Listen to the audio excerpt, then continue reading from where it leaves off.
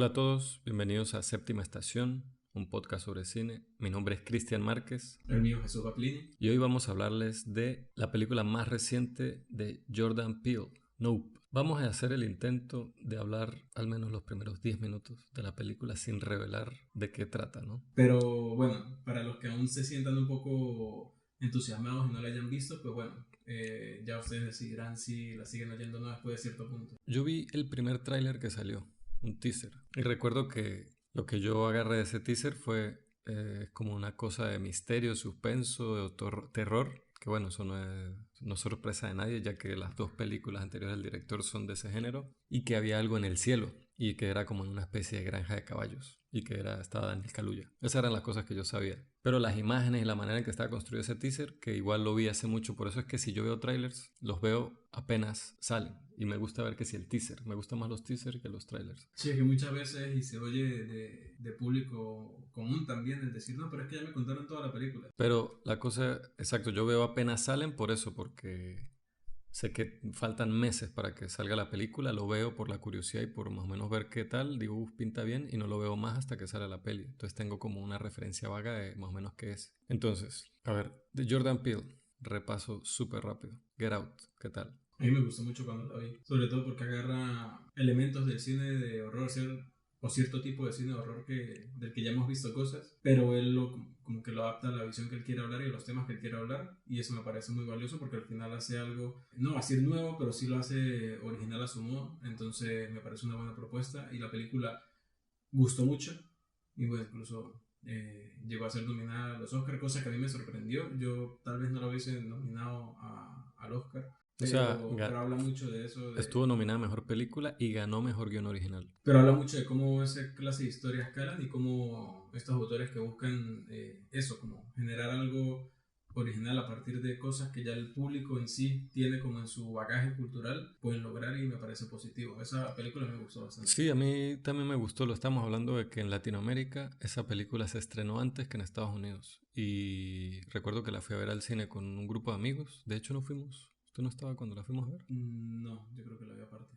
Vale, bueno, la fuimos a ver y recuerdo que nos gustó bastante la referencia que teníamos porque Jordan Peele lo conocíamos de Key and Peele, como de los sketch cómicos de Comedy Central. Y que Childish Gambino era parte de la banda sonora de la película. Pero no estaba el hype todavía porque literalmente la vimos antes que en Estados Unidos. Y la vimos y nos gustó, la disfrutamos. A mí me pareció como bastante, como que agarrar una estructura, un tipo de historia bastante tradicional en el cine de horror, el cine así de suspenso, de llegar a la casa extraña donde las cosas, hay una familia peculiar donde no todo se ve un poquito raro, como que mal, y de repente pues esta misma familia se vuelve una amenaza, pero aquí pues metieron el elemento racial y pues eso creo que fue lo que conectó muchísimo con la gente y que me parece que está súper bien. La película está súper bien rodada, o sea, a nivel visual, la manera en que se usan las imágenes, el diseño sonoro,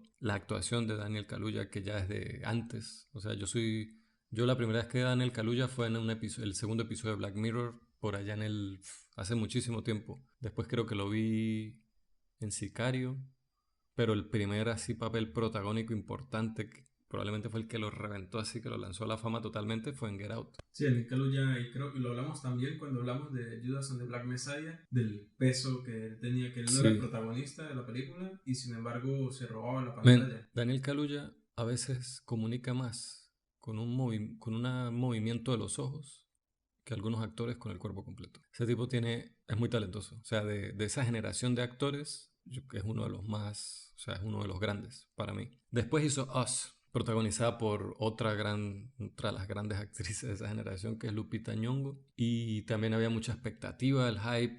Get Out no solo ganó premios y le gustó al público y a la crítica, sino que ganó muchísimo dinero. Completo y total éxito comercial. Us también fue un éxito comercial. Sobre todo por la estela que había dejado Get Out, ¿no? Y la anticipación y Lupita Nyong'o y tal. Pero esta película tuvo una recepción más dividida. En mi caso, o sea, lo voy a decir con dulzura, pero a mí no me gustó. Nada. O sea, esa película a mí me molestó. O sea, no... Y si me lo pregunta ahora en este momento por qué, y ni siquiera sé... O sea, fue una película que como que incluso... No la recuerdo tanto, pero recuerdo que no me gustó como temáticamente, como lo que quería lograr, no me pareció que lo logró. Y en convenciones del cine de horror me parece que caía en cliché. Me recuerda un poco a Prometheus, de la manera en que Prometheus de Ridley Scott cae en clichés que me dan rabia. Yo digo, ¿cómo un maestro de esta altura puede caer en cosas así? Entonces, a mí Us no me gustó, pero nada, nada, nada, nada. Es una de las películas así como mainstream que menos me han gustado en los últimos años.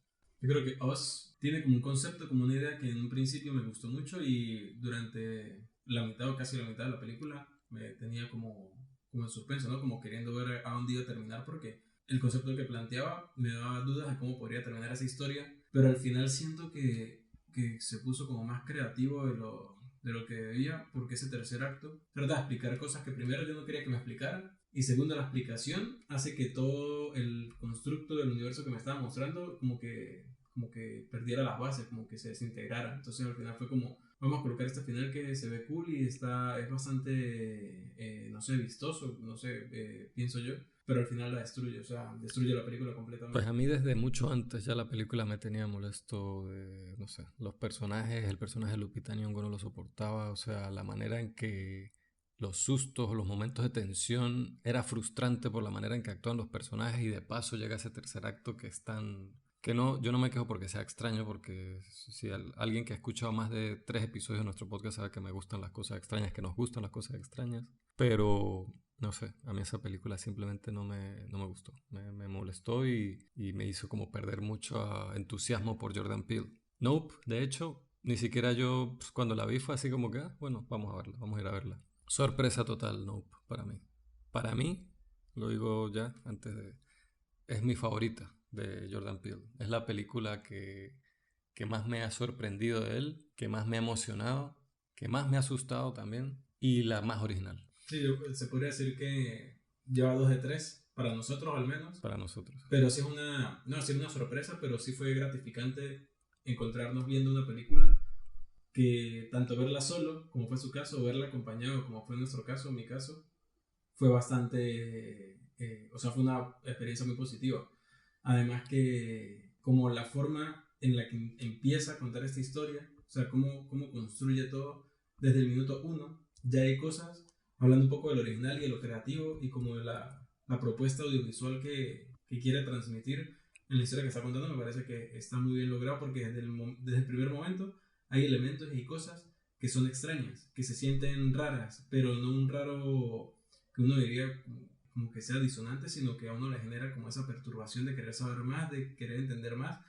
Pero también me gusta que no es una película que suelta las respuestas fáciles o que es explicativa, sino que audiovisualmente o cómo los personajes interactúan con lo que está sucediendo y cómo reaccionan, ya nos están contando primero qué es a lo que se están enfrentando y también que ellos albergan las mismas dudas que uno como espectador.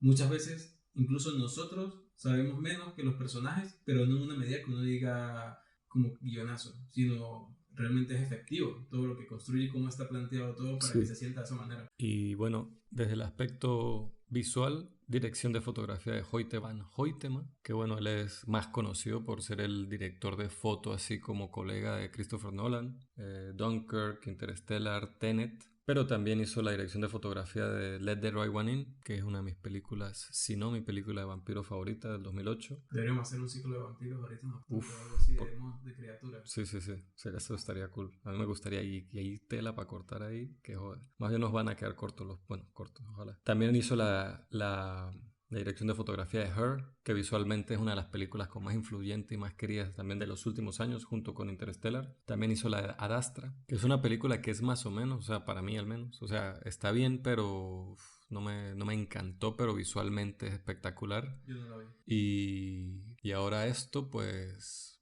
le da mucho. Las escenas nocturnas, o sea, yo no sé si he visto noche como he visto en esta película. O sea, que se ruede la noche en exterior como la he visto aquí.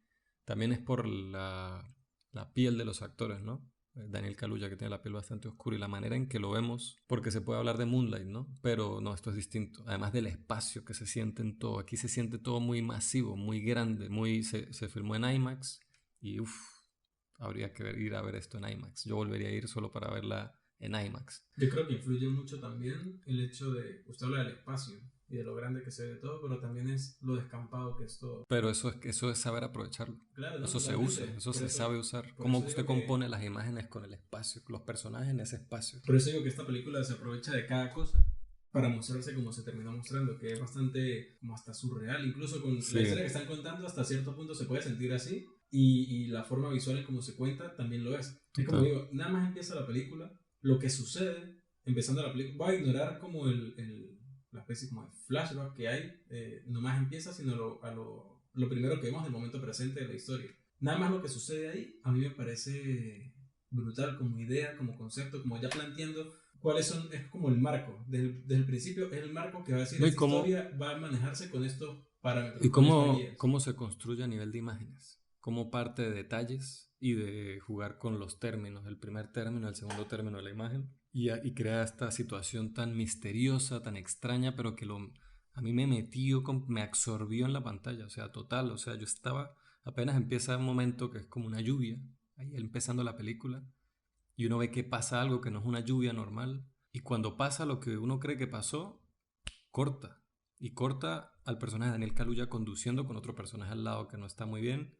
Y después corta radiografía. O sea, economiza y va al grano, pero todo para inquietar y para crear imágenes. Eso, crea misterio solo con imágenes. Porque esta película a mí lo que me ha asustado más de Jordan Peele y de hace mucho que yo no me sentía, me atemorizaron escenas de esta película.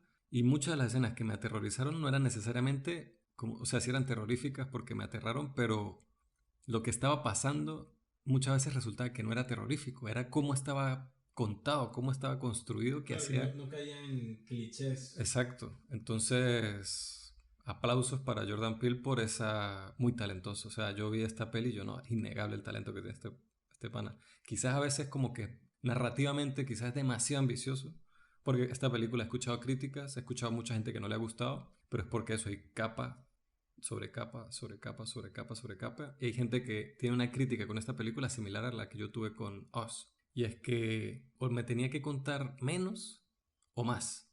Pero es como que se queda ahí como... Escuché un comentario que me pareció muy curioso que decía, es como que yo fui a un sótano donde había un montón de cosas super cool. ¡Wow! Esto y aquello y aquello y aquello. Pero no sintieron el amalgamiento de todo eso como una historia. Y yo puedo entender esa crítica. Yo creo que se podría entender siempre que de repente hubiese capas a nivel de concepto, a nivel de tema, que se vieran muy por separado y que no se lograran hilvanar, que para mí, o desde mi experiencia, mi perspectiva de cómo terminé yo viendo la película, siento que se No, pero es hilvanan que bastante bien. así, a mí así sea el sótano con elementos que por separado, exacto, que por separado me impresionan y que todos tienen como algún tema que los conecta, no directamente a nivel narrativo, o sea, como que hay, digamos que esta película tiene storylines o partes que usted le puede sacar y cuenta aún la misma historia, pero no es igual de potente si le saco esos elementos, no es igual de impresionante. Y siento que al final todas complementan a los temas principales de los que quiero hablar. Sí. Porque es que Y cuando se está en el proceso, con el proceso de crear, obviamente uno le surgen un montón de ideas, un montón de cosas que uno quiere meter, pero uno no se queda en las ideas, en papel. Cuando uno empieza a plantear la narrativa es cuando la cosa se pone complicada. ¿Cómo hace claro, uno para realmente meter lo que uno quiere meter y llegar a un punto de decir claro. esto no cabe aquí Entonces o esto sí cabe y el por qué? las críticas que he escuchado hablan de eso, hablan de como que él llegó a esa etapa de tener las ideas de las que quiere hablar, pero como que él nunca llegó a construir una narrativa coherente con todas esas ideas. Y yo, como digo, yo entiendo esa crítica y lo puedo ver viendo la película, pero a mí no fue algo que me... O sea, no, para mí no fue algo que no funcionó. Para mí funcionó, así como está construida la historia, para mí funcionó muchísimo. Que yo siento que lo que hace que estos temas terminen sintiéndose redondos o no en la película, ya sea para unas personas que lo ven de una forma o para otros de otra, al final es una cuestión de saber un poco cómo esos hilos a nivel narrativo podrían afectar a un personaje, porque los personajes en sí, la historia que se cuenta principalmente podría ser igual, pero cómo sentimos a los personajes y la interacción de ellos entre ellos mismos o lo que está pasando no se sentiría como se siente al final de la película. Pero, a ver, yo aquí jugando abogado del diablo, ya habiendo dicho que a mí me gustó mucho eso, pero igual pasamos mucho tiempo ahí. Yo entiendo la parte a la que usted se refiere, pero pasamos mucho tiempo de la historia como que la historia le da mucha importancia a eso y hay gente que simplemente se pierde ahí, que no entiende la conexión. Yo puedo entender la conexión que hay con este personaje en específico, pero no entiendo la conexión o la intención de que pasemos tanto tiempo en esa línea temporal con el resto de la película, con la parte principal de la película, el conflicto principal. Es una cosa más temática, es más de complementar con una historia como paralela los temas de los que quiere hablar la película. Que yo creo que también influye mucho como el formato, ¿no? Porque tal vez esa clase de recursos son más favorables en un formato como el de las series. Yo iba a decir Pero, literario. pero lo que hemos hablado muchas veces, ¿no? Que lo ha dicho usted, sobre todo, que es el que siempre recuerdo con eso, de que un libro, una novela, puede adaptarse más fácil a series y un relato corto más como una película. Pero en este caso, por ejemplo, también considerar que, a pesar de que es una película que obviamente quiere recaudar dinero, y es una idea totalmente buena para recaudar dinero, como lo ha estado haciendo, también Jordan Peele es un autor. O sea, él tiene una voz. Y siento que esta película es una buena mezcla entre voz autoral y película comercial. Marico, perfectamente equilibrada. Totalmente. Eso es lo principal que yo le aplaudo a este tipo. Bueno, o sea, es la impresión que me dio a mí en algún punto Christopher Nolan. Antes. Yo ya no soy tan fan de Christopher Nolan, Hasta hace más de una década. pero yo cuando yo era adolescente y se empezó a salir las cosas que hacía, empecé a ver a Christopher Nolan que está emergiendo esta primera década de los 2000, yo dije, este tipo lo logró. Es la cosa entre mezcla de cine comercial, pero al mismo tiempo autor. Y también se puede decir de Denis Villeneuve. Pero algo por lo que tiene Jordan Peele que no tienen ellos es ligereza. Él tiene, y en ese sentido lo puedo comparar con Spielberg. Porque Spielberg hace películas que son, bueno, yo no soy, lo digo ya, algunos lo sabrán, pero yo no soy el principal fan de Spielberg. Respeto mucho su artesanía, pero sus películas, yo simplemente, con muchas de estas películas superamadas de él, yo no conecto. Pero él tiene esa cosa de que hay una ligereza. Entonces, en cambio, las películas de Christopher Nolan se toman muy en serio a sí mismas. No tienen casi ni humor prácticamente. Y las de Denis Villeneuve ni se diga. A pesar de que me encantan películas de ambos directores. Pero Jordan Peele aquí me sorprendió eso, porque yo no sabía que iba a ser una película tan entretenida. Una película tan de ir al cine, comprar palomitas, ir con los amigos o con la familia y pasar un rato así emocionante en la sala de cine. No me imaginé eso. Y tampoco me imaginé que iba a ser tan profunda en cuanto a temas. Entonces, la manera en que el tipo combinó estas dos cosas, yo dije, no, mis respetos, cabrón. O sea, es un logro, ese equilibrio me pareció, me hizo a mí pensar, porque yo también que bueno, yo hago cortos y tal, y escribo cosas, y yo más bien soy más de demasiado serio, demasiado todo. Digo, coño, tengo que ponerle un poco de ligereza, mira como este pana lo está haciendo. O sea, lo veo. ¿Usted cree que en eso influya la premisa? O sea, como la idea, el logline, o sea, especificando logline como la idea en dos líneas. ¿Usted cree que eso influye? Porque a veces cuando uno se le ocurre una idea, como le sucede a todos, es como, si es la idea de una historia, uno ya sabe como el principio, el medio y el final. O sea, cuál es como el arco de la historia.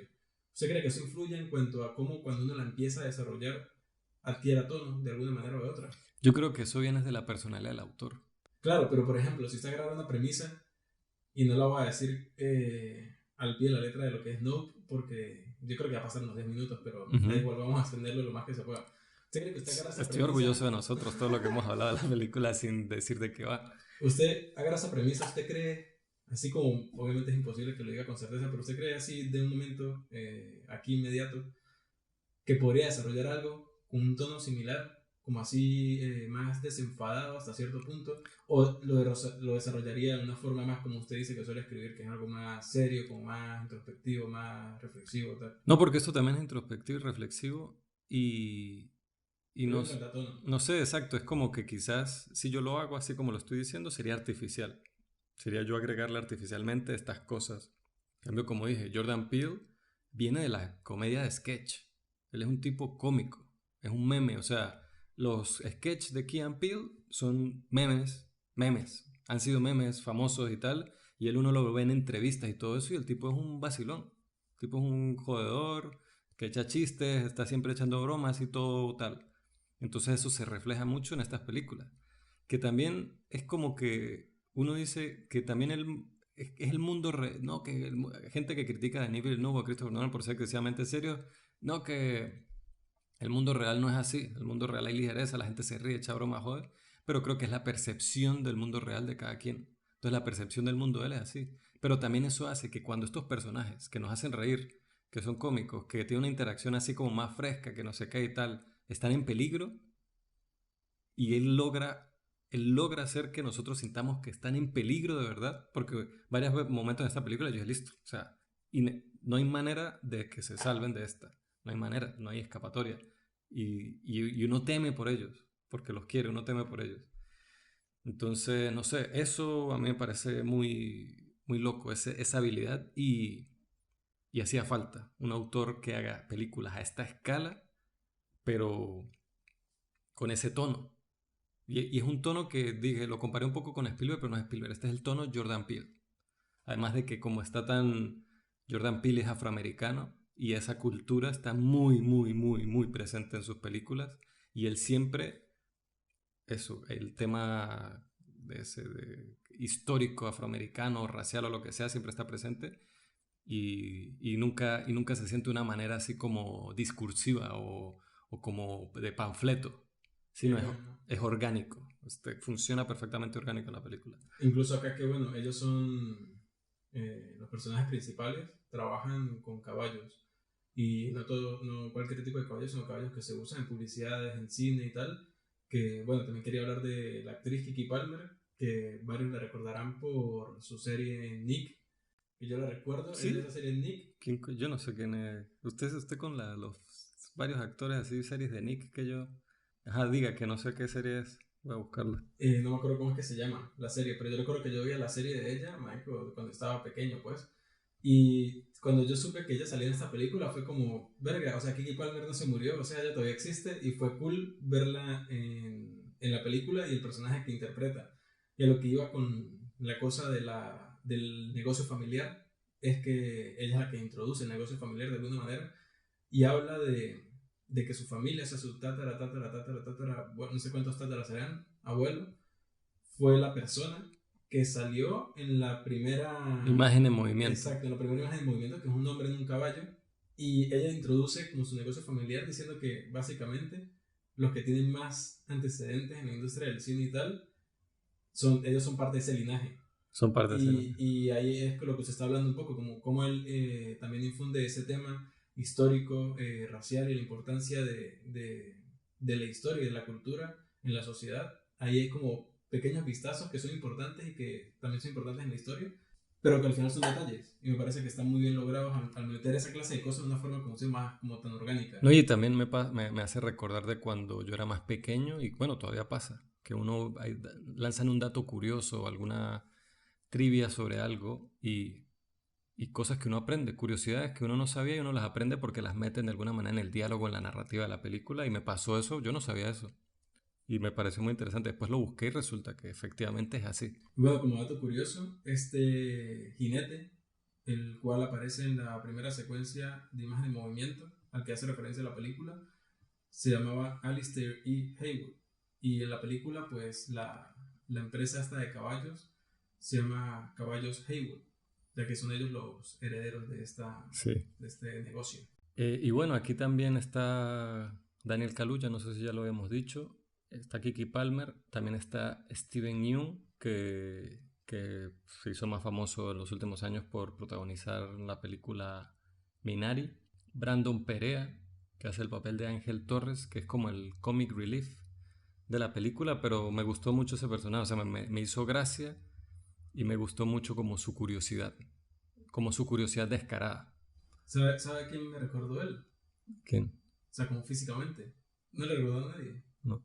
A Riz Ahmed, Ah, un sí. poco. A mí yo sí decía que lo había visto a él antes. Y cuando busqué, que sale en The OA, que es una serie que a mí no me gustó, pero sale él, pues. Pero eso, yo vi la película y me parecía conocido, él. Otros actores que salen que yo creí que iban a hacer un papel más importante por lo reconocibles que son sus rostros, al menos para mí, de dos series que me gustan. De Euphoria aparece Barbie Ferreira. Que sale muy poquito. Sale muy poquito, pero claro, salió ella Yo creí que iba a hacer algo más adelante, o sea, iba... Y no, sale es como... Si fuese alguien más conocido, no diría que es un cameo. Pero me imagino que fue que salió la Jordan Peele, va a hacer una nueva película. Entonces no me importa si hago del extra que está allá en el fondo, yo quiero salir. Y bueno, ya sale. Pero también sale, es la excusa perfecta para hablar de esta serie. Se llama Ren Schmidt. Ella es el papel de Margot, la directora de la NASA en For All Mankind, que es una serie que terminó su tercera temporada hace poco y que, bueno, que me gustaba mucho. La primera temporada me hizo llorar así, pero a moco tendido y me encantó. No, no diría que es una serie que es súper sólida todas las temporadas. La primera sí me parece que es muy buena, pero es muy interesante el tema que trata. Y pues tiene que ver con algo del espacio. Está muy bien. Y el que sí es básicamente un cameo es Kid Davis, que hace el papel del papá de Daniel Kaluuya y Kiki Palmer, que por cierto, el personaje de Daniel Kaluuya se llama OJ, que es eso también es como un chiste ahí que solo lo puede hacer alguien como Jordan Peele. Pero OJ, para los que no sepan, que bueno, quizás en la cultura europea y latinoamericana no es tan conocido el caso de OJ Simpson, pero O.J. Simpson, cuando sucedió lo que sucedió, que él era un jugador profesional de fútbol americano y actor famoso, súper exitoso, súper apuesto, todo, y resulta que cayó como en sospecha de que él asesinó a su mujer. Pero el día del asesinato, cuando lo estaba buscando la policía, duró horas en una camioneta manejándolo y un helicóptero grabando esa camioneta. Entonces en las televisiones en Estados Unidos lo único que se veía era una visión aérea de OJ andando por la autopista. Hasta que se entregó y hubo el juicio, que fue el juicio más televisado. Bueno, quién sabe si el de Johnny Depp y Amber Heard le ganó ahora, pero por mucho tiempo fue el juicio más televisado. Entonces, que el personaje de Daniel Kaluuya se llame OJ aquí no es accidental y de hecho la misma película hace chistes y referencias a eso. Además de que OJ es como le dicen en Estados Unidos el jugo de naranja y él usa mucho naranja en la película, entonces no sé si eso también tenga algo que ver. Son capas y capas, hasta no más También, límites. hasta en eso tiene capas y capas. Y también sale Michael Wincott, que yo decía, este señor me parece súper conocido. Claro, sabía que estaba mayor y tal, pero él era alguien que hacía mucho de malo antes. Y él aparece en El Cuervo, que es una película también que, bueno, que creo que ya podemos irnos metiendo un poco hacia los temas de la película. Ya llevamos como mucho más de 10 minutos hablando sin spoilers o sin revelar cosas de la trama. Pero esta película trata mucho sobre el espectáculo, ¿no? Y la necesidad desesperada De estar bajo el spotlight. de estar de buscar el spotlight, exacto, de buscar el spotlight. Entonces, este actor, el que hace el director de fotografía, Michael Wincott, aparece en El Cuervo, es uno de los malos de la película El Cuervo. Y esa película es infame porque el protagonista de la película, Brandon Lee, murió mientras filmaban una de las escenas de la película. Y en Nope pasa algo similar. Lo que estamos hablando vagamente antes, ¿no? El personaje de Steven Yeun, que se llama Jupe, era una estrella, cuando era niño, estaba en un show de televisión, como esto es una sitcom, donde uno de los personajes principales era un mono.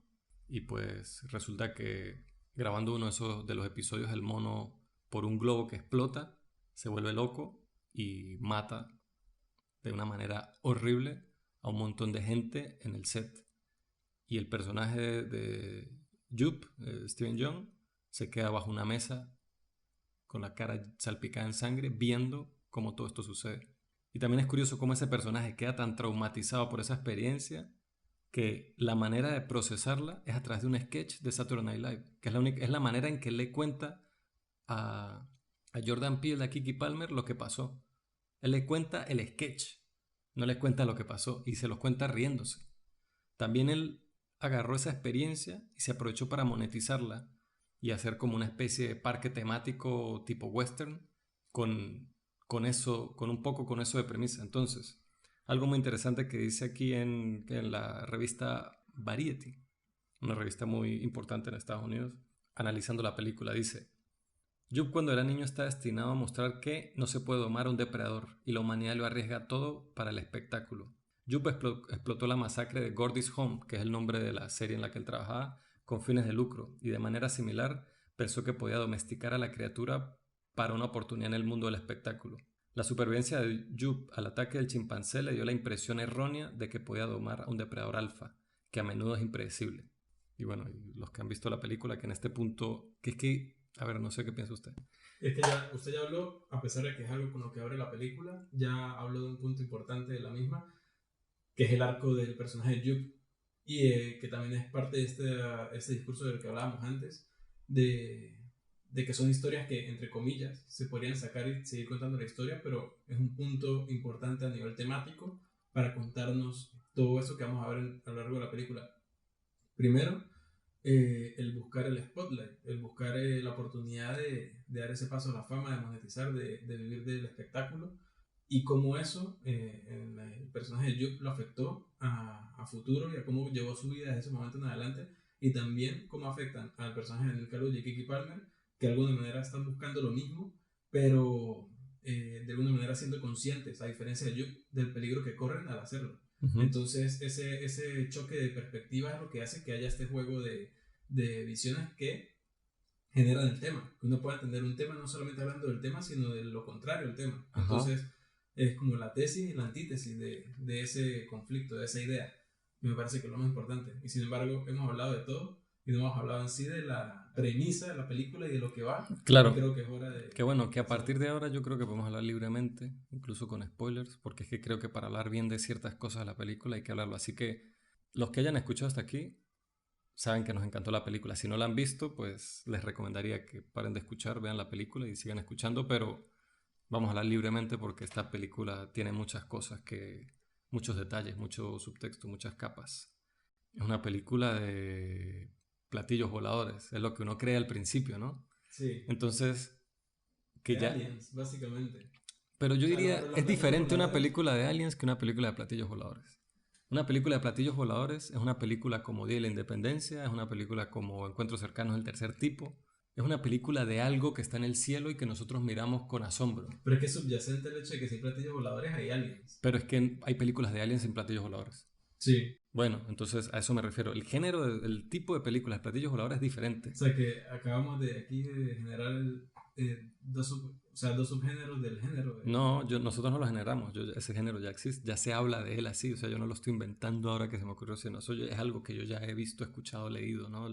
La separación entre esas dos cosas. Entonces, lo curioso es cuando pasa de ser una película de platillos voladores y se convierte en una monster movie. O sea, cuando nosotros la comparamos con Encuentros cercanos del tercer tipo y después decimos como que, no, esto es quizás más parecido a Tiburón o a Jurassic Park. O a una que también siente que es un referente muy directo y que se pudo haber hablado bien con es A Quiet Place también. También por la naturaleza de las personas que se enfrentan a esta situación. Pero sí, bueno, A Quiet Place porque es una familia que se enfrenta con un ente de otro planeta, ¿no? Pero igual el espíritu de la película, no sé, bueno, es una película también muy exitosa, así como con sensibilidades comerciales y tal. Y se siente muy, a pesar de que el espacio es contenido, a pesar de que es amplio, es un espacio contenido y hay acción dentro de eso. Lo que sucede en ambas películas y también un factor que yo estaba tomando en cuenta. Lo que pasa es que pensar en cuáles las podía acompañar. Estaba pensando mucho en que muchas películas de aliens o de platillos voladores siempre están involucrados el gobierno o el ejército o cosas como más masivas a nivel de la raza humana. Y acá no, acá son personas enfrentándose a esto. Por eso, en eso también se puede comparar con Señales, que no es de platillos voladores. Bueno, aparece uno que otro, pero es más de los entes que hay alrededor de ellos, ¿no? Señales de como ambas. M. Night Shyamalan.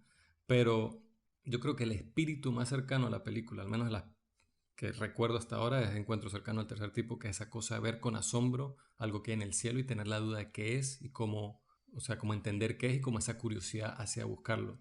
Aunque bueno, al final, hablando de Encuentro cercano al tercer tipo, esa película, como que mi cerebro ha dicho, como, no importa tanto y ha ido borrando cosas de... No, bueno, a mí tampoco me gusta esa peli, pero es como que el espíritu de la película, porque yo siento que a Jordan Peele le encanta Spielberg, estoy seguro de eso, y siento que eso que encuentro cercano al tercer tipo, o sea, es que si yo pensé eso, pensé en Tiburón, pensé incluso en Jurassic Park, porque resulta que este platillo volador, bueno, se puede describir como un platillo volador, pero no es una aeronave, es un animal, una criatura. Una criatura, y es una criatura aterradora. Entonces, la manera en que usan a esa criatura para crear miedo, o sea, esta cosa se come, absorbe a la gente en una especie de torbellino y la gente queda atrapada como en el ducto digestivo de esta cosa, gritando de agonía, y mientras esta cosa se mueve por el cielo, lo que uno escucha, el sonido de la bestia, ¿cuál es? Los gritos de las Los gritos de personas. agonía de la gente. Que en un principio, como yo no sabía nada de la película, yo pensé por un momento, esta película es como de brujas. Porque la primera vez que oímos eso y que el personaje de Kaluuya nos muestra, porque lo ve al mismo tiempo que nosotros, lo que pasa algo como volando por el cielo, es como una mancha blanca y se oye como este clásico grito de brujas que se oye como varias voces en una misma Ajá. voz. Y mierda, pero ya va esta película, ¿de qué va? Y es perturbador luego cuando uno se da cuenta que Men, es es realmente lo que que como suena. idea me parece increíblemente creepy, aterrador, fucked up. O sea, me acordó de Annihilation cuando el El oso este. jabalí oso este raro que yo me lo imagino, es como un loro que se aprende el sonido de las cosas que escucha. Entonces, dicho, se aprendió el sonido de la última víctima agonizando y con eso es con lo que atrae a las demás presas. Me pareció tan horrible, tan aterradora esa idea. Solo esa Original y idea creativa. súper original. Yo no sé si eso viene del libro o fue ideación de Garland para la película, pero a mí eso solo como concepto me perturbó muchísimo. Y ahora en esta película, que el rugido de la bestia son los gritos de agonía de las cosas que se está comiendo en ese momento. Y después agarra las que uno nunca ve, se escucha como un... y las regurgita y literalmente llueve sangre, cabrón. O sea, la escena cuando esa bicha está, esa cosa, la fucking bestia gigante esa está encima de la casa Y la baña en y la sangre. baña en sangre y Uf. están moviendo y uno dice, men, o sea, ¿cómo se jodieron? ¿Cómo van a hacer? O sea, ¿qué escapatoria hay de esto? Y O ahí sea, es cuando uno entiende lo que sucedió con el papá de ellos. claro, ahí es que uno entiende, ah, claro, exacto, que dijeron, no, es un avión que se le cayeron unas piezas, ¿qué tal? Fue lo que creyeron que había pasado con Y el era papá de ellos. lógico, cuando lo plantean en la película, uno dice, verga, Ah, qué claro, fuerte. sí, Pero, mala suerte y sí, tal, no sé y qué. no, ni se imaginaban. No, entonces eso está igual con los que el caballo, porque uno al principio escuchara como el relinchillo del caballo así como por el cielo y uno, pero ¿qué pasó? Yo pensaba, no, es un platillo volador y se secuestra sí, Los secuestra abduce, ¿no? abduce el caballo. Otra cosa que resaltar de la película es el diseño sonoro. El diseño Increíble. sonoro, si ya estamos diciendo cómo suena la bestia, o sea, imagínense cómo es la atmósfera completa de en cada momento de la película. Es súper atrapante, súper agobiante, es bastante un suspenso constante y tiene como pequeños toques de sonidos o de vacíos. A veces el sonido como que se vacía y genera como una angustia tan palpable mientras uno la está viendo que le agrega mucha potencia emocional a la película. Yo me reí mucho, man.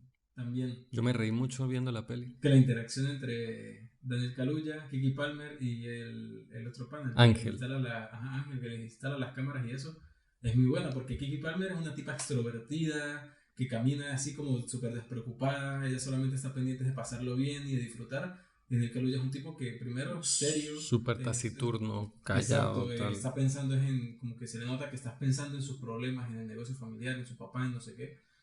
Y ese choque entre ellos, aparte se nota que se quieren mucho, que hay como mucha confianza entre ellos también. Entonces, esa dualidad me parece que genera una muy buena Está muy dinámica. bien. Diciendo que ella, Daniel Kaluuya, ya es un tiro al piso. Y ella me pareció que lo hizo súper bien. O sea, que Listo. claro, mi referente Kiki Palmer es esta serie de Nick de hace 400 Pero años. ¿cuál será Dick Gracie? No, ya. Porque vi en la ficha de MD que ya sale en Dick Gracie. Yo llegué a ver esa serie, pero no en Nick, la vi en MTV. Que sale Drake en esa serie, por cierto. Drake, el Drake. cantante. Drake Bell. Yo soy fan de Drake Bell. Me encanta mucho él No, como no, músico, no. me parece brutal. Ah, Drake. Drake. Super Es que Drake como estamos canadiense pensando en cantante. Nick, pensé en Drake No, no, Bell. no. Es Drake y Josh, ya. Drake True Jackson se llama. se llama, no, ni idea, güey. Pero a mí también una escena que me aterró horrible. O sea, me hizo, me dije yo, qué cosa tan creepy, güey. O sea, yo estaba asustado viéndolo. Fue cuando él se va al granero y aparecen estos aliencitos. Uno cree que son unos aliens y uno. Y él está con la cosa porque es otra vez, ¿no? El cosa del espectáculo. Todo el objetivo de ellos es capturar en video al platillo volador o a la criatura. Entonces él saca el teléfono para grabar, pero también hace referencia a esta cosa de que por eso es que las películas de horror siempre hay gente blanca tomando decisiones estúpidas y muriendo de maneras horribles, porque por eso es que nunca hay gente negra en esas películas, porque la gente negra diría, no, fuck this shit, y se van. nope, y la palabra nope la Lo usa repiten nope, muchísimo. y en ese momento él lo dice, él está viendo así, va como a sacar el teléfono a grabar estos bichos que los tiene enfrente, y él dice, nope, fuck this shit, y se va, y claro, le salen por el otro lado es cuando le da el puño. Que el planteamiento de esa escena, quiero hablarla porque me parece muy importante, otra vez repitiendo el aspecto de la película, los espacios se sienten grandes. Él entra al granero y el espacio se siente grande, las zonas iluminadas se sienten muy grandes y las zonas oscuras por la sombra de esa luz también se sienten muy grandes. Entonces se supone que hay caballos ahí, se supone que debería haber caballos ahí y no hay. Uh-huh. Y cuando él se fija, se queda viendo fijamente a un espacio que es como un pasillo entre el granero y la pared del otro lado, y hay una distancia muy grande. Y algo que me parece muy bien logrado es que la cámara se queda ahí, como desde la perspectiva de Daniel Kaluuya, varios segundos, como para que uno acostumbre la vista a lo que hay allí. Pero que de repente, en un momento, algo que para nosotros era parte del entorno, se y se mueve, levanta, uno, ya ese es el punto, ya ahí ya rompe con el esquema. Entonces me parece y muy no inteligente hay cómo música, está. y no es un, y sin embargo la película hace mucho uso de la música para crear así, pero en ese momento no lo hace. Esta cosa se empieza a mover y uno, Porque no es necesario. Eso es es lo que hubiese que hecho. nunca que generalmente no es necesario, pero siempre caen en eso porque es la salida fácil. Pero yo Él creo no que lo en hace ese aquí. momento el nivel de claridad al momento de plantear la escena, cuánto dura y en qué momento va a haber un movimiento que plantea el elemento miedo, ya es suficiente. O sea, ya la magia está creada Sí, sí, allí, que me sí. parece genial. Está muy bien. Y en esa misma escena, luego hay un momento gracioso, que al final detrás de él hay un alien así como guindado en un tubo. Y la primera reacción de él, ¿cuál es? Darle un puño, que eso también viene de la cultura memística de Ajá. internet, de gente que va a asustar a otras personas. Y hay gente que reacciona gritando, se tira al piso o corre. Y gente que reacciona dándole un golpe a lo Sí, que sí, sea que sí, se le sí. atraviesa. Y eso a mí me encantó, a mí me partió de Y risa. algo que también quiero comparar aquí con el tipo de cine que hace Spielberg y que hace M. Night Shyamalan, que es este tipo de cine así como, no sé cómo decirlo. Peliculesco. Sí, es que exacto, pero se entenderá a qué nos referimos con eso, pero es que es, entre comillas, mágico, ¿no? Es como muy de aventura, muy de wow, de Yo creo que ahora, amazement. yo creo En que inglés puede, sería amazement, como de wonder, de... Tienen que haber palabras en español que digan... yo creo que puede, es como beber de esto mismo que usted dijo, de las películas en que la gente blanca comete decisiones estúpidas y tal, que también son muy de película. Tal vez esas películas no es que hagan eso a ese nivel, pero se siente No, mucho como pero el artefacto yo no me refiero a eso, me refiero a al uso de la cámara, que constantemente está en movimiento. Aquí rara vez, a maneras muy puntuales, hay planos fijos, que son usados de maneras muy efectivas, pero generalmente la cámara se está acercando al rostro de los personajes, se está moviendo, está haciendo composiciones así súper complejas, sin que sea algo que estén subrayando como que, uy, miren qué difícil esto, sino, entonces, encuentro cercano al tercer tipo, señales, y Nope tienen eso. Hay mucho movimiento constantemente y es un movimiento cinematográfico, no es un movimiento, a ver, el movimiento cámara en mano también es cinematográfico, pero aquí no, aquí es un movimiento así fluido, ¿cómo decir? O Más sea, se estilizado hasta sienten cierto como punto. películas caras. Eso es lo que uno ve eso, esto es una película cara que costó mucho dinero. O sea, son movimientos elegantes y tal. Y, pero otra vez es como eso, como que viene de ahí, pero con un chorro de frescura que no tiene ninguna de esas películas, que quizás la tuvieron en su época, pero hoy día uno las ve. Bueno, no sé, hay gente que ama, por ejemplo, ese encuentro cercano al tercer tipo.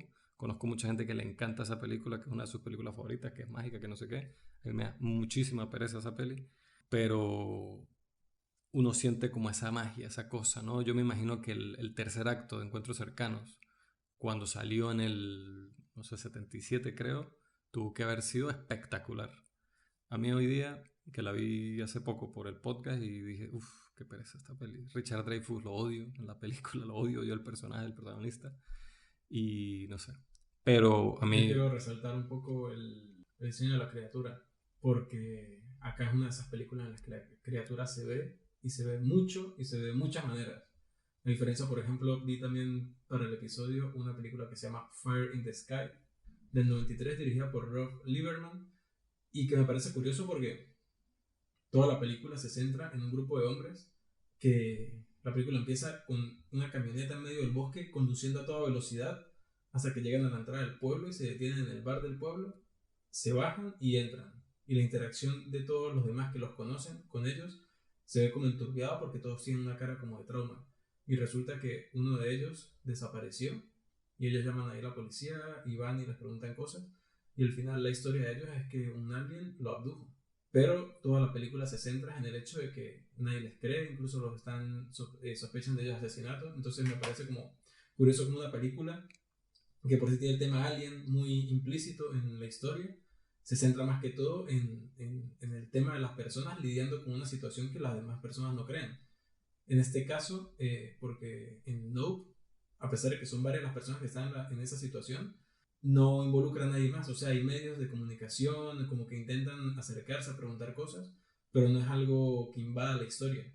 A diferencia de otras películas que siempre o está la humanidad completa involucrada, o está el gobierno, o está el ejército. Sí. En cambio, aquí es como más contenida. Y esa película, Fire in the Sky, se siente muy de su época, con estos personajes masculinos muy estereotipados, pero en sí cómo manejan el tema y cómo se desenvuelve la historia me parece que vale mucho la pena verlo. Hablando de los medios de comunicación en Nope, cuando aparece el paparazzi.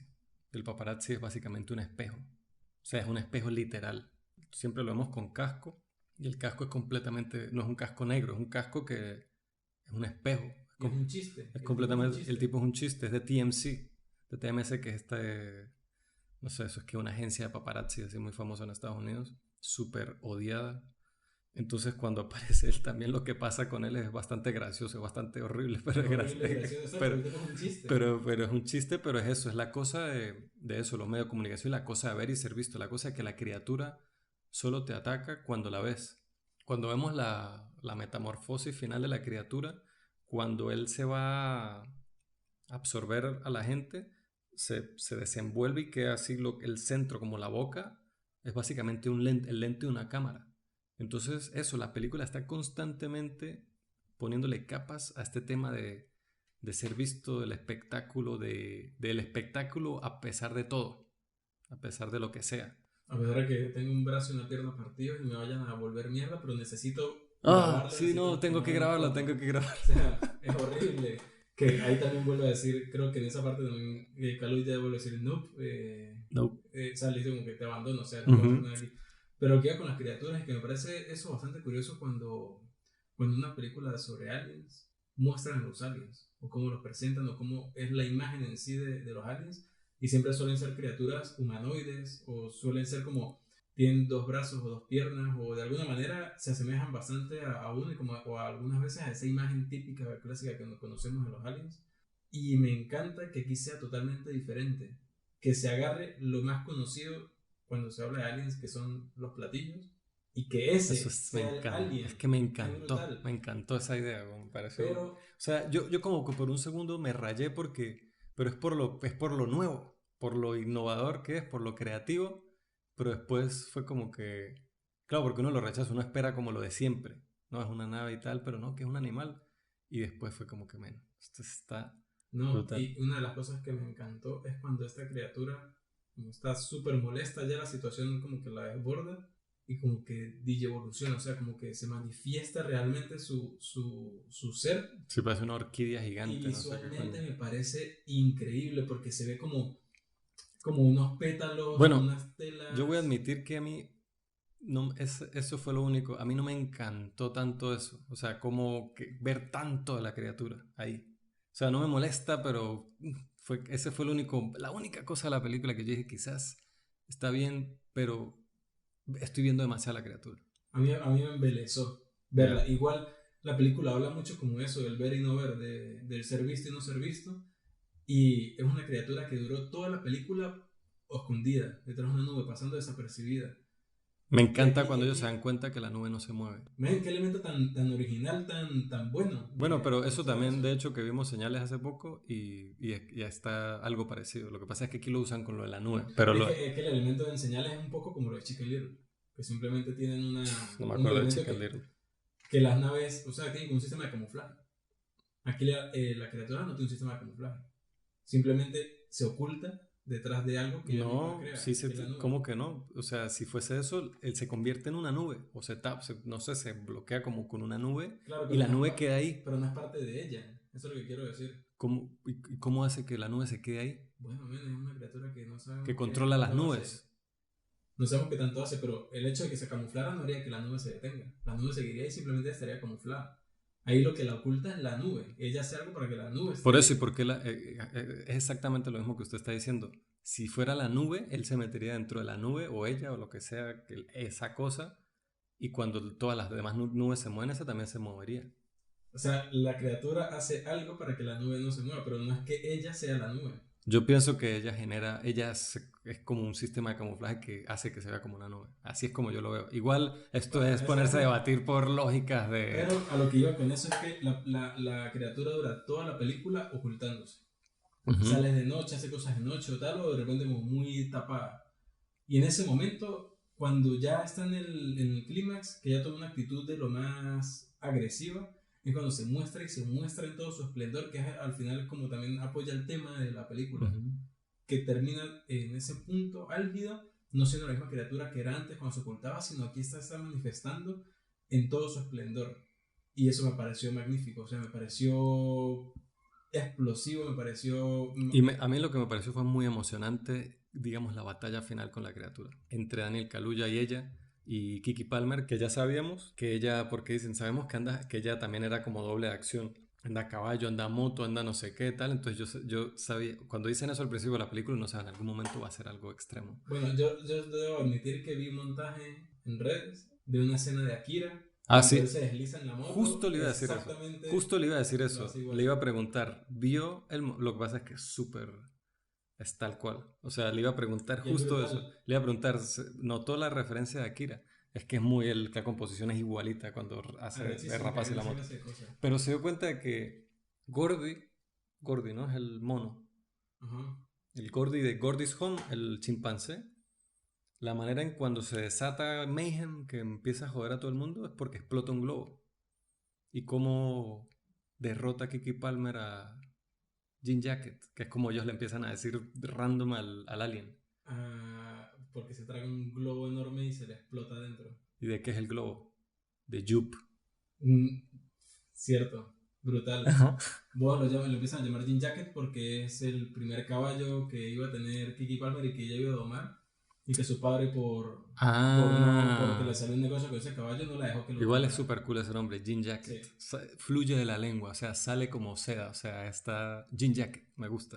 Bueno, pero bueno, sí, cuando está como para terminar de hablar un poco de la desenlace así de la película, como este duelo entre Daniel Kaluuya y Kiki Palmer por saber quién era el que iba a traer a la criatura, quién tenía más posibilidades de salvarse, tal, este peo con que la criatura, que no lo hemos hablado, cuando está cerca, como que todo lo que funciona con electricidad se apaga. Y Kiki Palmer tiene la moto eléctrica esta del periodista, el paparazzi este que lo absorbió, y Daniel Kaluuya anda a caballo. O Ujú. sea, cuál de los dos tiene más posibilidades ahí. Entonces, como jugar con lo que ya sabemos de la criatura, lo que hace, todo ese plan que arma me parece muy ingenioso y también lo deja uno como. Está hecho para que uno esté totalmente a la expectativa. Es que es muy Y emocionante, es muy de totalmente. aventura, es una película Dígame, de terror, de aventura, me hizo reír, me hizo morirme del miedo hay en algunas momentos, partes. como usted dijo, ya, aquí este personaje ya está listo. Por ejemplo, cuando Ángel tiene la criatura ya encima y lo que él resuelve es enrollarse un alambre de púas para que cuando la bicha empieza a absorber todo no se lo jale por completo. No, pero él no es como que el viento en un momento lo lanza, es a él Sí, y él como contra una pancarta sale rodando porque si no se lo traga. claro, o sea, él queda en un momento de esos ventarrones, él se lo lleva y él cae en este alambre de púas, Mm, que él se está zafando y tal, pero cuando ve a la criatura encima, él toma la decisión de volverse a amarrar, sí, que es jodido. sí, Obviamente sí, prefiero mil veces perforarme el cuerpo por varias partes que esta criatura me sí, sí, triture sí. adentro de formas horribles. O sea, Es que, y cuando muestra, y lo peor es que hay una parte donde vemos cómo es dentro, la gente, oh my God, y es súper perturbador, marico, entonces uno no sabe si reírse o es aterrador, o sea, que hay partes en Fire in the Sky en las que uno vea, porque claro, las partes que muestran en sí de naves espaciales, de aliens y todo esto, es parte del relato que alguien está contando. Que eso es lo que me parece cool de esa película. Que no, lo que nos está mostrando de eso no nos lo está mostrando la película como verdad, sino es parte del relato de alguno de esos mm, personajes. Entonces, cuando narra esa parte de adentro también es muy asquerosa, está una cosa así súper viscosa, cómo juegan con la gravedad, eso es no, bastante pero es terrible, que esto no, es que ni siquiera diría que es asqueroso, es como es claustrofóbico horrible. y es horrible, o sea, es perturbador. Y a mí también me gustó muchísimo el plano final. O sea, estéticamente el plano final está de El puta plano madre. contra plano. El plano contra plano, Daniel Kaluuya entre la arena hacia caballo. Yo, Increíble. hijo de puta, qué cuento de Clint Eastwood me sabe a mierda, huevón. O sea, esto está increíble. O sea, lo logró. O sea, parte del objetivo del cuerpo de trabajo que tiene Jordan Peele hasta ahora es crear en el cine héroes que se parezcan a él, que él lo ha dicho. Él dice que cuando era pequeño le gustaban muchas películas y tal, pero que él nunca había un héroe como él. O sea, digamos, de un aspecto físico como el de él, y él lo ha hecho con creces. Que es algo que también me gusta mucho de una peli de la que vi hace poco, que fue Prey, donde los Comanche. Esa hubiese sido también Es buena verdad, conversación. es verdad, que es verdad. Prey, los Comanches y el Depredador. Y ellos quedan como unos fucking badass, o sea, quedan como unos tipos duros así, súper guerreros, increíbles. Yo también quería mencionar otra película, así como para cerrar así como las referencias y cosas que me hicieron acordar con Note. Es una película que hablamos en uno de nuestros primeros episodios del podcast. Ya hace, no sé, 2 años, tenemos mucho con el podcast ya. A pesar del Órale. periodo de pausa, es bastante tiempo. Sí. Cuando hablamos de The Boss of Night, película del 2019 de Andrew Que Patterson, estoy esperando la próxima peli de ese hombre. que es una propuesta, bueno, si quieren saber más de la peli pueden oír ese podcast, pero es una propuesta muy original, no solamente por la historia que cuenta, sino cómo la cuenta, me parece que se aprovecha del medio audiovisual de una forma muy creativa y creo poco vista, con muchos aspectos y muchos elementos que usa. Y tenemos una historia que es de, vamos a decir, como de platillos voladores, pero en la que realmente prevalece el misterio por sobre en sí los platillos o criaturas o lo que sea. Es más como la experiencia humana previa a que se sepa nada de lo que está sucediendo. Entonces me parece muy potente cómo sigue la historia de esos dos personajes. Me parece muy buena peli. Sí, el episodio 8 del podcast. Vayan y lo escuchen. Ya, yo la última referencia que quiero dar así, película que también me recordó a Nope, fue clásico, entre clásicos de John Carpenter, La Cosa. Que bueno, no hay mucho que decir de esa peli que ya no hayan dicho 1000 veces, pero una de las mejores películas de aliens de todos los tiempos. John Carpenter hacía las películas con los cojones, bueno, o sea, y tenía Kurt Russell de protagonista y todo el tema de la claustrofobia, el misterio de la criatura, de qué está pasando y cuando al fin se manifiesta y le deja a uno la boca en el piso, es increíble. Y además de lo violenta, lo que pasa es que no hay muchas risas en La Cosa. Esa película sí es más oscura en muchos sentidos, pero un clásico, clásico. Y nada, yo no sé, no tengo mucho más que decir ahora. No sé que seguramente hay muchísimas más cosas que hablar de todo el subtexto que hay con el tema del espectáculo, la cosa eso, el espectáculo, a pesar de todo, la cosa de constantemente observar y ser observado. Shows move on, ¿no? Ajá, Prácticamente. exacto. Pero nada, Peliculón. película. A mí me gustó ya. Es que lo Ya es realzo. un clásico moderno, Lo realzo. definitivamente. Lo dijimos en el primer episodio de esta nueva temporada. Las mejores películas que he visto en el año han sido películas así masivas, de aventura, grandes, de dinero, de el tipo de películas que yo hubiese puesto en mi top 10 cuando era niño. Ya no es la película rusa con lenguaje de señas, tal, sino son películas así, Top Gun, Everything Everywhere, RRR, ahora Nope. O sea, qué bueno, o sea, y me encanta porque es cine comercial, cine aventura, cine de las masas, así entretenido, original. ¿Cuál es el precedente? O sea, obviamente estamos hablando de todas las referencias o influencias posibles que tuvo O sea, Nope. no es como Disney y Marvel, pues. Exacto, pero esto es original, Ujú. completamente original y me encanta, me encanta. Estoy muy contento con el cine comercial de este año, ¿verdad? Totalmente. Y bueno, esta fue nuestra charla. Esta fue nuestra charla sobre Nope. Recuerden seguirnos en nuestras redes. En Instagram, séptimaestación.podcast. En Twitter, Sep Piso Estación. Y bueno, como ya dijimos en los primeros episodios antes de este, hicimos un rebranding, nuevo nombre. Entonces, para quienes todavía no puedan localizarnos, pues en Instagram están todas las redes, en Anchor están todas las redes, en Spotify también pueden verlas. En YouTube también nos pueden buscar fácil, Séptima Estación Podcast. Y en todos lados nos van a encontrar porque ya estamos actualizados en todos lados. Y otra cosa que quería comentar o preguntar mejor, si quieren, nos pueden hacer llegar por Instagram o por cualquiera de los medios. ¿Qué tipo de contenido o qué tipo de recomendaciones les gustaría ver en las redes sociales, sobre todo en Instagram? A veces subimos algunos reels recomendando películas por temas. Tengo varios temas organizados para recomendar películas, pero si quisieran alguno en específico, pueden comentarlo y podemos hacer contenido al respecto. Y también yo quiero recordar que usamos Letterboxd, ahí tenemos el registro de todo lo que vamos viendo, de lo que queremos ver, tenemos listas de películas y nada, Cristian Reimey Márquez y Jesús Baclini. Sí, igual si se meten a Anchor, en la descripción de los episodios están todas las redes, nuestras redes de Letterboxd, así que ahí está bastante fácil. Un placer estar de vuelta. Ya es nuestro tercer episodio, pero bueno, me gusta decirlo. Todavía siento que estoy calentándome a la vuelta del podcast, pero estoy muy contento de de volver a esto con el nuevo nombre, con la nueva imagen, con todo. Y nada, Nos vemos la otra semana. adiós.